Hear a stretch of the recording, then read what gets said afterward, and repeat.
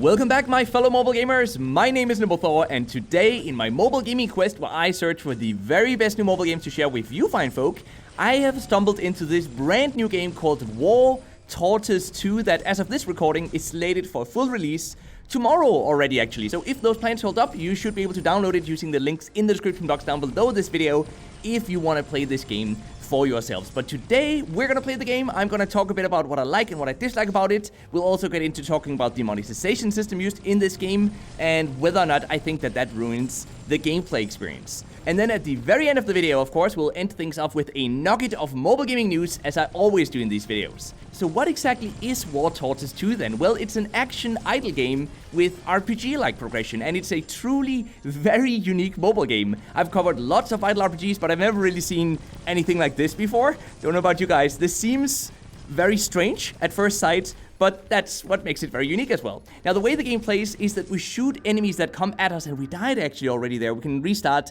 at level 20, though. We're going to do that for now, so no worries for now. But we shoot these enemies that come at us in waves, and we do so primarily to earn XP and to earn gold for ourselves. And there really are a lot of enemies coming at us. Just look at this right now, for example. And we can actually choose to either manually shoot these enemies by simply aiming at the enemies we want to shoot at, or we can do it automatically by turning on the auto mode. And honestly, I would just recommend using auto shooting. This is an idle game after all, and there's really no reason to manually aim at these enemies because that's not the fun part of this game. So at the moment, what we're trying to do, if we can go over here to the map, is that we're actually trying to get to this gold mine over here, which is marked with red. Let us zoom in a bit so you guys can better see that. We're on our way from the lumber mill over here on the right side over to the gold mine. And we'll successfully get to the gold mine at wave 23. That's why it says level 23. And we're right now at level 20, which you can see if you look at, wait, let's zoom in again. If you look at where we are right now, it says level 20, and we have to get to level 23 to get to that gold mine.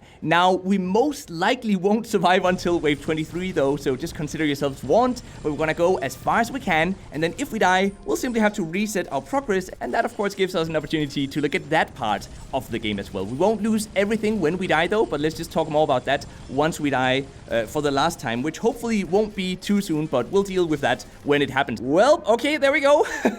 That was a bit faster than anticipated, but let's ascend, as it's called, to the next generation while we're here anyway. So we previously had a 1,100% increase in health, and now we're gonna get a 1,700% increase. So that's a pretty big increase. And then it looks like we're also gonna get an increase in the power of our mutations. We'll get into how those mutations work later on, but for now, let's just actually reset, and you guys will see that now we're gonna get a 4th generation Arjun, I think that's how you pronounce this name. This is a brand new tortoise that has just been born. That is so cool. And now we get to select a new mutation as well. So what do we want to go for here? We can go for 4% war supplies discount, 280% units DPS, or 7,000 starting money. I'm just gonna go for the DPS, honestly. That seems like the obvious choice here. Now, since we died, we are starting back home, and we have to walk all the way up here to the gold mine again. But fortunately, this time, we'll get there already at wave 10. So it should be a lot easier. I mean, we're also more powerful now, and also, getting to wave 10 obviously isn't that difficult as getting to level 20 or to wave 20. So here we are again. We're killing enemies, we're earning gold,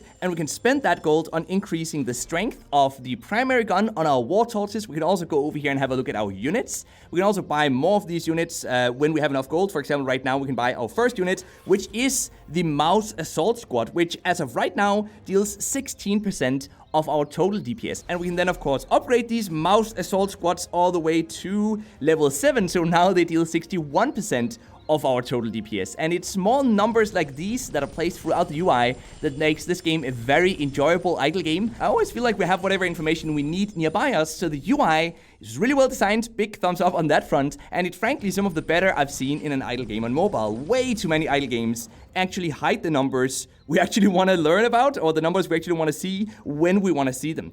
Alright then, so that is how we can spend gold that we earn from killing creatures to upgrade the strength of our tortoise. But we can actually also spend premium currency, which, yes, we earn for free, by the way, from normal gameplay, and we can spend this premium currency on buying new equipment pieces for our tortoise, like, for example, a new light weapon. We can buy new medium medium weapons, new armor pieces, but the thing we're gonna get is completely random though, so we simply click up here, Tortoise equipment. I've actually saved up quite a bit of this premium currency so that I could show you guys what we're able to get here, and it looks like we got a new armor piece, which increases our power by 11. That's pretty neat, so let's equip that. And now we can also choose to upgrade it, but I am actually just gonna go for a new piece, and now this one increases our power up to 36. So what is this? This is a bolter machine gun that we can use to replace the laser gun that we used before. This looks like it has a higher rate of fire, it has the same reload speed, but it has more ammo as well, so obviously this is the better option. So this is why you want to earn premium currency for free. This is of course also how you can progress in the game faster if you buy this premium currency. Now it seems to me that the only other really meaningful thing we can buy with this premium currency are these things called mutations. So let's go buy one more of those right now, and we're gonna pick, this is exactly like what happened when we reset the game, so we're gonna pick the extra DPS again. Oh, you know what? Actually, I'm gonna go for the extra armor. That seems very beneficial, getting 500% extra armor. These upgrades really make it worth it to save up some premium currency. From the screen, we can also spend a third in-game currency to upgrade these evolutions. So one evolution is, for example, the auto battle. That's one of the very early things you unlock, but upgrading these don't really seem to have that big of an impact on the game. For example, 1.5 times damage in manual battle for 20 seconds after auto battling for 60 seconds. Not really that useful. And this other one, for example, survival instincts, deal bonus damage based on how low your health is. Again, only up to a max of 1.2, not really the biggest of increases. And then lastly, in this menu screen, we've of course got our map over here, which we looked at when we reset the game. This is where we can see which outposts we already control and which we can head out to hopefully conquer. And something that would have been really beneficial if we had actually survived until we had gotten to the gold mine was that we would have been able to build a road up here. And if we do so, we'll be able to fast travel to that destination the next time around. Now, before you can start building roads though, you need to get to the lumber mill. So I would recommend you guys, if you're just starting out in this game, get to the lumber mill as quickly as you can. And maybe you might actually even want to stay at the lumber mill for a bit, because if you do so and you protect it from a certain amount of waves, that destination will level up. And in the case of the lumber mill, leveling it up means that you'll get more lumber much faster. So for example, right now we get 25 lumber every 20 hours, but if we get it up to level 2, we're gonna get 50 lumber every 20 hours. And I think this is really where the game starts to shine, by the way. This whole idea that we're a traveling war tortoise that has to survive for as long as we can while slowly taking over these territories from enemies, that's a pretty unique package, honestly. And the idea of mixing that gameplay, or mixing that setting for the game with idle gameplay and this RPG-like progression, it's pretty brilliant, honestly, in my opinion at least. I'm actually having a lot of fun with it. Anyway, I think it's time now that we go buy some new upgrades and some new units, but first I wanted to show you guys that we can actually rotate the camera however we want. Isn't this neat? This is so cool. It took me a while before I even noticed this feature, but I've been playing around with it quite a bit, actually, just viewing this battle unfold from the side, for example. I think that's a really awesome view. Anyway, let's go in here and buy some new war supplies. And let's see what we're gonna get. We have 3 different options once again, and we can select one of them. Now, the first one increases the damage of our mouse assault squad. The second one actually does the same, but only for bosses.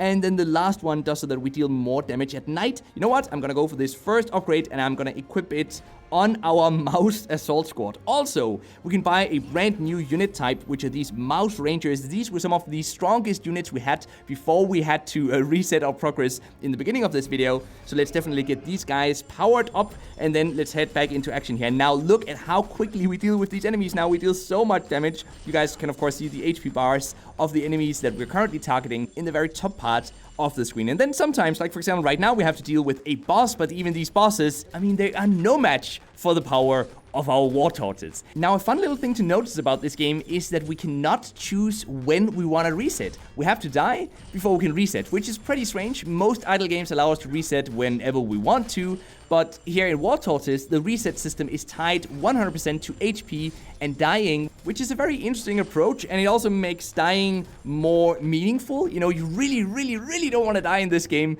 or maybe you do actually want to die because that means that you'll get a huge bonus, a huge power-up. But that all depends on how close you've come to actually reaching your goal. For example, getting to the gold mine, which is right now what we're still trying to get to. You know, we are getting very close actually. So we get there at wave 10, and we're at wave 8 right now, so we'll get there pretty soon. Definitely before this video ends, we will reach that gold mine. Now, when it comes to the graphics in this game, I find them absolutely alright. It's rare to see an idle game using 3D graphics, so that's already a big plus. And yes, the 3D graphics aren't the best we've ever seen, but they aren't horrible either, and I don't think this is something that will ever negatively impact your enjoyment of the game. Now, when it comes to the monetization system, on the other hand, no, don't worry. It actually mostly relies on selling premium currency so that we can progress faster.